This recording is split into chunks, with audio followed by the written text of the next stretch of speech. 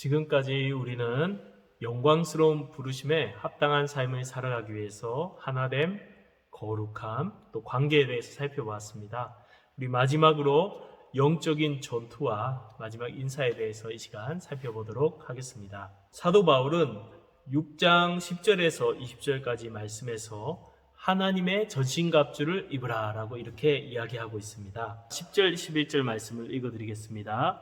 끝으로 너희가 주 안에서 그의 힘의 능력으로 강건하여지고 마귀의 관계를 능히 대적하기 위하여 하나님의 전신갑주를 입으라. 주 안에서 그리고 그의 힘의 능력으로 강건하여져라 라고 사도는 말하고 있습니다. 영적으로 우리가 강건하기 위해서는 주님 안에 있어야 됩니다. 그리고 또한 주님의 그 힘의 능력이 있을 때 강건할 수 있습니다. 그럼 구체적으로 어떻게 주님 안에 있고 주님의 힘의 능력을 받아서 강건해질 수 있을까요? 11절에서 이렇게 말합니다. 마귀의 관계를 능히 대적하기 위하여 하나님의 전신갑주를 입으라. 하나님의 전신갑주를 입게 될 때에 우리는 마귀의 관계를 능히 대적할 수 있게 되는 것입니다. 여기서 전신갑주는 파노플루이아라는 단어인데 완전 무장을 말합니다. 로마 시대 군인들이 중무장한 전투 장비 일체를 바로 전신갑주라고 이야기할 수 있습니다. 우리가 이렇게 하나님의 전신갑주를 입게 될 때에 영적인 싸움에서 그리스도의 능력을 입고 승리할 수 있다라는 것이죠. 12절 말씀입니다. 이 씨름은 혈과 육을 상대하는 것이 아니요 통치자들과 권세들과 이 어둠의 세상 주관자들과 하늘에 있는 악한 영들을 상대함이라. 우리 싸울 대상에 대해서 말하고 있습니다. 이 영적 전쟁에서 싸울 대상은 사람 아니다. 혈과 육 아니다. 사람하고 싸우고 성도들끼리 싸우고 이런 거 아닙니다. 우리가 정말 싸워야 될 대상들은 무엇입니까? 통치자들, 권세들, 이 어둠의 세상 주관자들, 하늘에 있는 악한 영들 다 동의합니다. 바로 악한 영들을 말하죠. 바로 마귀와 악한 영들이 바로 우리의 싸울 대상이다라는 것입니다. 13절입니다. 그러므로 하나님의 전신갑주를 취하라. 이는 악한 날에 너희가 능히 대적하고 모든 일을 행한 후에 서기 위함이라.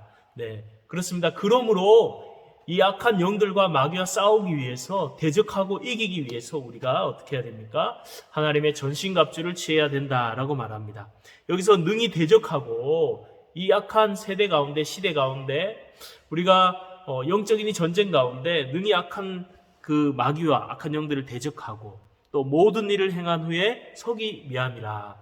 여기서 행한 후에란 이 행하다는 뜻은 카테르 가조마인데 이기다, 준비하다, 이 두 가지 뜻이 있어요. 그래서 이기다라는 뜻으로 우리가 해석하면 이긴 후에 이기고 그 다음에 쓰기 위해서 전신갑주를 입어라, 이렇게 많은 사람들이 이해를 하는데 오늘 본문의 문맥이 준비하는 문맥입니다. 이미 승리에 초점이 있는 것이 아니라 준비에 초점이 있다는 것이죠.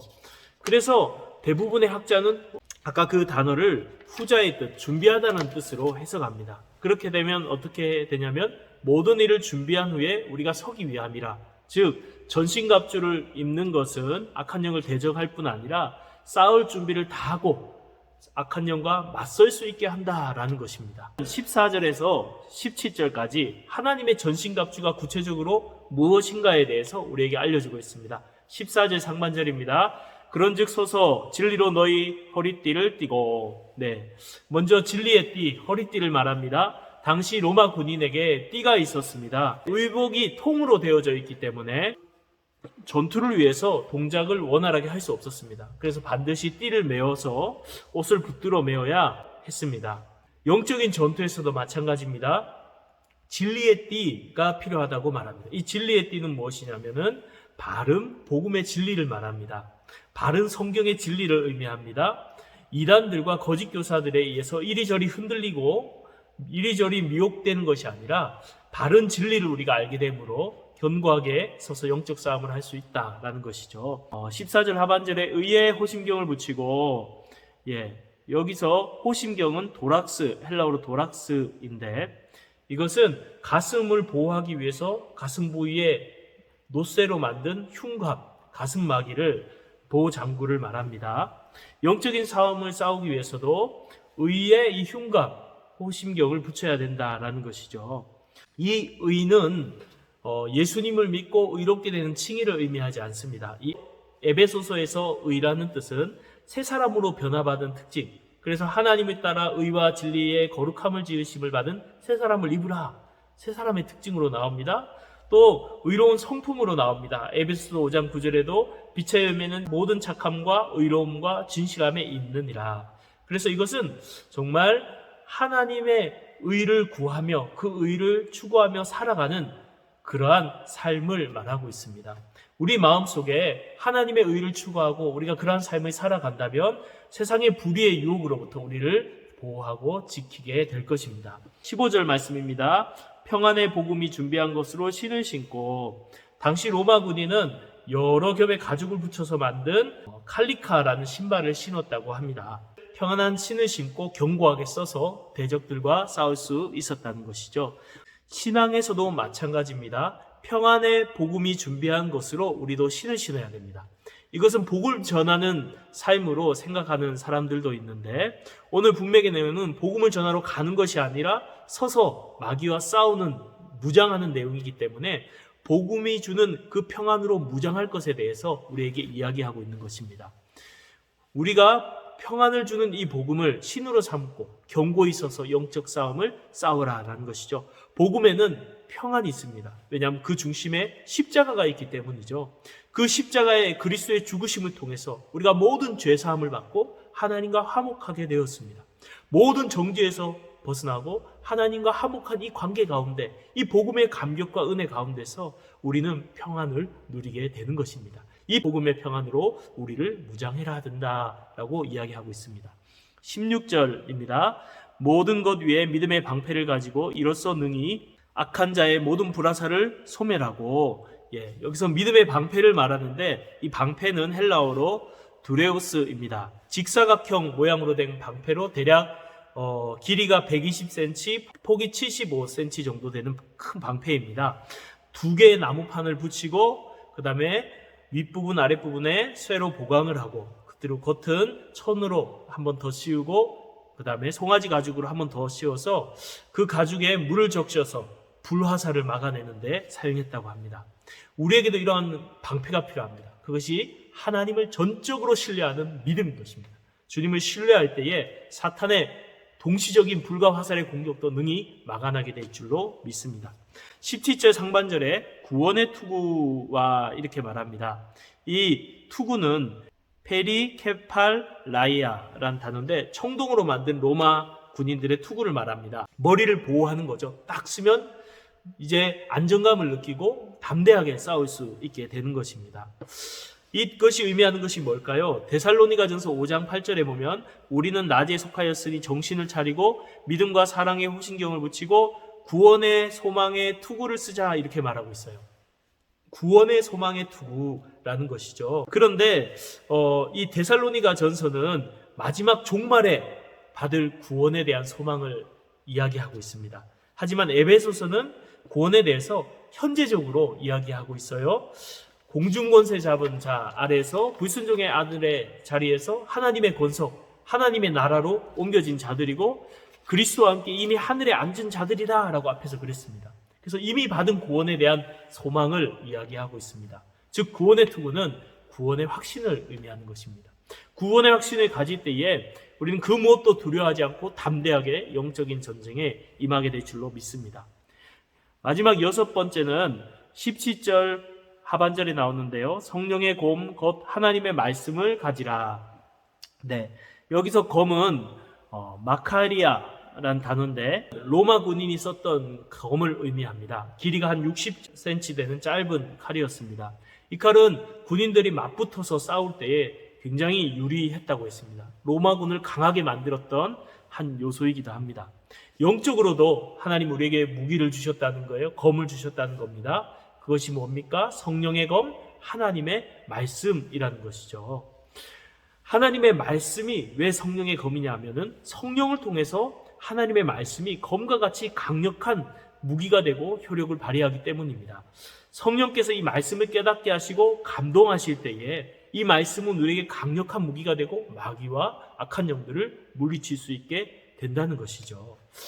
존 버년이 쓴 철로 역정이라는 기독교 판타지 소설이 있습니다. 거기 보면 주인공이 크리스찬인데 이제 여행을 쭉 하는 중에 아름다움의 집이란 곳에 들립니다. 그리고 거기서 병기고에서 전신갑주로 무장하게 됩니다. 그리고 겸손의 골짜기라는 곳에 이르렀을 때에 마귀, 즉 아볼론이라는 괴물을 만납니다. 몸에 막 비늘이 있고 용의 날개가 있고 곰의 발이 있고 사자의 입이 있는 무시무시한 그런 괴물을 만나서 마귀를 만나서 전쟁을 합니다. 먼저 이 마귀가 불붙은 그런 창을 던집니다. 그런데 이 크리스찬이 손에 들고 있던 방패로 막아냅니다. 그리고 분발해서 이제 칼을 빼들고 치열한 싸움이 시작됩니다.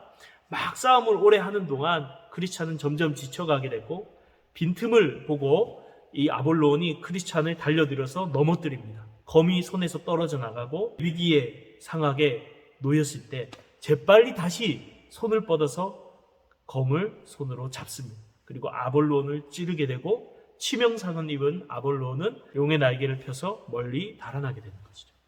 그렇습니다. 믿음의 방패로 공격을 막아내고 하나님의 말씀의 검을 놓칠 때에 위기가 오지만 다시 그 말씀을 붙들고 싸울 때에 승리하는 이 이야기 스토리를 통해서 우리 신앙생활에 말씀의 검이 얼마나 중요한지 우리에게 교훈하고 있는 것입니다.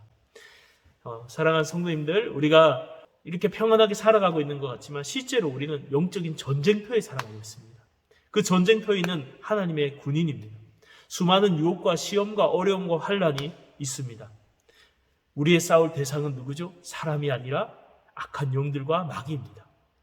그들은 끊임없이 불화살로 우리를 공격하고 쓰러뜨리려고 합니다. 우리가 이길 수 있을까요? 네, 이길 수 있습니다. 야고보서 4장 7절 8절에 마귀를 대적하라 그리하면 너희를 피하리라. 하나님을 가까이 하라 그리하면 너희를 가까이 하시리라. 우리가 마귀를 대적하고 이길 수 있다고 했습니다. 그러나 그냥 무기 없이 싸울 수 없습니다. 하나님의 전신갑주를 취해야 됩니다. 하나님 전신갑주를 취할 때 우리는 승리할 수 있습니다. 바른 믿음의 띠를 띠고 의로운 삶의 흉패를 붙이고 평안의 복음의 신을 신고 구원의 확신의 투구로 무장하십시오. 그리고 한 손에는 믿음의 방패 그리고 말씀의 검을 가지고 마귀를 대적할 때에 우리가 능히 이기는 삶을 살 줄 믿습니다. 우리는 정말 무장되어 있는가? 우리 자신을 한번 돌아보고 우리에게 없는 무기는 무엇인가? 없는 전신갑주는 무엇인가 돌아보고 영적인 무장을 하는 우리 성도님들 다 되시기를 바랍니다. 이 영적인 전쟁에 있어서 전신갑주 외에도 매우 필수적인 무기가 있습니다. 바로 기도입니다. 이 전신갑주에 포함하지 않은 것은 이 기도 하나에도 많은 교훈들을 담고 있기에 따로 떼어서 사도 바울은 8절에서 20절 이어서 기도에 대해서 설명하고 있습니다. 기도가 영적 전쟁의 가장 중요한 이유는 이 기도는 비유로 들자면 무전기와 같습니다.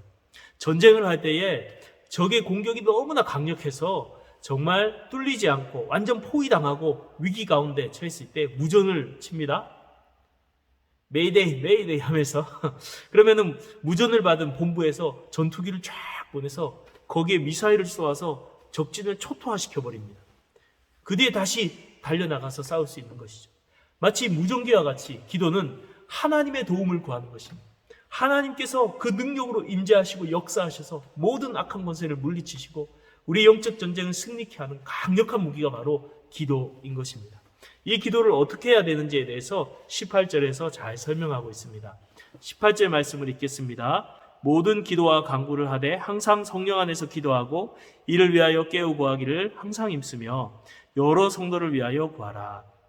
여기서 모든 기도와 간구를 하되 라고 말하고 있습니다. 여기서 기도는 하나님과 교제하는 그런 일반적인 기도고 간구는 긴급한 일로 인해서 간청하는 기도입니다. 그 모든 기도를 할 때 이렇게 기도하라라고 이야기하고 있는 것이죠. 항상 성령 안에서 기도하고 항상 기도하라고 말합니다. 우리가 기도하는 일에 쉬어서는 안 됩니다. 시간을 정하고 계속해서 그 시간을 꾸준히 지켜나가는 기도를 해야 됩니다. 동시에 우리가 살아가는 모든 삶의 시간 동안에 하나님과 대화하고 의지하면서 기도의 삶을 살아가야 됩니다. 늘 기도하는 마음으로 살아가야 됩니다. 또한 성령 안에서 기도해야 됩니다. 성령님의 감화와 도우심 가운데, 성령의 감동 가운데, 인도하신 가운데 우리가 기도해야 됩니다. 자, 이렇게 항상 성령의 감동 가운데 성령 안에서 기도하려면 어떻게 해야 될까요? 자, 이를 위해서 깨어 구하기를 항상 힘쓰며 여러 성도를 위하여 구하고 이렇게 말해요. 자, 여기 항상 힘쓰며라는 것은 항상은 파스, 모든 이란 뜻이고 힘쓰면은 프로스 카테레시스라는 단어인데 이 단어는 힘쓰는 게 아니고 버팀, 인내란 뜻입니다. 그래서 모든 인내로 깨어 구하라 라는 뜻이죠. 다시 번역하면은 이를 위해서 모든 인내로 깨어 구하고 여러 성도를 위하여 구하라 라는 뜻입니다. 그렇습니다. 성령 안에서 항상 기도하는 그 놀라운 그 임재와 기도의 삶을 살아가기 위해서는 어떻게 합니까? 이를 위해서 인내로 깨어 구해야 된다라는 것입니다. 그렇습니다. 성령 안에서 항상 기도하는 거 쉽지 않습니다. 그러한 기도의 깊은 자리까지 나가기 위해서는 인내가 필요합니다. 버티는 것이 필요합니다. 오랜 시간 기도의 자리를 지키고 그곳에서 기도해야 됩니다. 동시에 깨어서 기도해야 됩니다. 잠들어서는 안 돼요. 육신적으로 영적으로 깨어서 애써서 하나님 앞에 마음을 모아 기도하고 또한 잠깐 기도하고 일어서고 또한 한 번 기도하고 마는 게 아니라 계속해서 기도의 자리를 지키면서 꾸준히 기도해 나갈 때에 이 성령 안에서 기도하는 그 깊은 은혜의 기도의 자리로 나아가게 될 줄로 믿습니다. 한 소년이 있었답니다. 할아버지로부터 어렸을 때 동네 뒷산에 금이 묻혀 있다라는, 그래서 많은 사람들이 채광에 도전했다가 실패했다라는 이야기를 들었습니다. 커서 돈을 모아서 꼭 내가 금을 찾을 거야 생각한 아이는 커서 돈을 모으고 광산에 찾아와 광맥을 파고 들어가기 시작했습니다. 오랜 시간이 지나서 예전에 사용하던 갱도는 거의 다 무너져 있었습니다. 끊임없이 파고 또 파고 들어갔습니다. 시간이 많이 흘렀습니다. 동업하는 사람도 떠나고 가지고 있던 돈도 바닥났습니다. 함께 일하는 사람들도 포기할 지경에 이르렀고 본인도 이제 그만해야겠다는 마음이 들었던 어느 날이었습니다. 갑자기 큰 소리가 들려왔습니다. 여기 뭐가 있다. 가보니까 나무는 다 썩어버린 곡괭이 하나가 박혀 있었습니다. 그런데 아무리 빼도 빼지지 않는 거예요. 여러 사람이 매달려서 뺐습니다. 뺐더니 그 끝에 노란 게 달려있는 거예요. 금맥이었습니다. 이전에 금강을 개발하려고 했던 그 사람들이 땅을 파다가 지쳐서 마지막 한번 딱 내려찍고 곡괭이가 안 뽑아져서 그냥 두고 갔던 것입니다. 그냥 포기하고 돌아갔던 것입니다. 우리 기도도 마찬가지입니다. 기도를 하다가 응답이 잘 되지 않는다고, 은혜가 되지 않는다고 쉽게 포기해서는 안 됩니다. 기도가 잘 되지 않는다 할지라도 우리가 계속해서 버팀으로 인내로 깨어서 간절히 구하게 될 때에 기도의 광맥, 금보다 더 귀한 은혜의 광맥을 찾아내게 될 줄로 믿습니다. 그러한 오랜 시간을 통해서 하나님께서 성령 안에서 기도하는 은혜로 우리를 인도해 주시기를 바랍니다. 또한 여러 성도를 위해서 기도하라라고 말합니다. 우리의 기도는 우리 자신에게만 묶여 있어서는 안 됩니다. 기도의 지평을 넓혀서 여러 성도들을 위해서 같이 기도로 서로 돕는 이 기도의 연합이 이루어져야 된다는 것입니다. 19절과 20절에서는 사도 바울이 자기 자신을 위해서 기도해달라 이렇게 말합니다. 제가 읽어드리겠습니다. 또 나를 위하여 구할 것은 내게 말씀을 주사 나로 입을 열어 복음의 비밀을 담대히 알리게 하옵소서 할 것이니 이 일을 위하여 내가 쇠사슬에 매인 사신이 된 것은 나로 이 일에 당연히 할 말을 담대히 하게 하려 하심이라. 여기서 사도 바울은 기도 부탁을 합니다. 에베소 교회 성도들에게 내게 말씀을 주사 나로 입을 열어 복음의 비밀을 담대히 알리게 하옵소서. 바울은 복음을 전하다가 로마의 사슬에 매였습니다. 이제 로마 법정에서 많은 사람들 앞에서 이방인의 중심지라는 그곳에서 사슬에 매인 채로 하나님의 사신으로서 복음을 전해야 될 상황 가운데 있었습니다. 그럼에도 불구하고 그는 그곳에서 복음을 전한다는 이 사실에 더욱 담대함이 생겨났습니다. 그리고 기도를 부탁합니다. 너희 기도가 꼭 필요하다. 내게 말씀을 주셔서 나의 입을 열어 복음의 비밀을 담대히 알리게 하옵소서라고 기도해달라라는 것입니다. 그렇습니다. 사도 바울도, 그런 믿음의 대가인 사도 바울도 기도를 부탁했습니다. 우리도 서로 기도를 부탁해야 됩니다. 하나님은 우리의 기도를 통해서 일하십니다. 성도들의 기도를 통해서 일하십니다. 우리 모든 성도들의 기도를 하나님은 들으시고 응답하시는 분이십니다. 우리가 기도할 때에 이 기도를 통해서 일하신다는 사실을 우리가 꼭 기억하시고 함께 기도하는 은혜가 있기를 바랍니다. 마지막으로 6장 21절에서 24절은 두 교회의 안부 전달과 인사, 마지막 인사에 대해서 이야기하고 있습니다. 자, 21절에서 22절 말씀을 읽겠습니다. 나의 사정 곧 내가 무엇을 하는지 너희에게도 알리려 하노니 사랑을 받는 형제여 주 안에서 진실한 일꾼인 두기고가 모든 일을 너희에게 알리리라.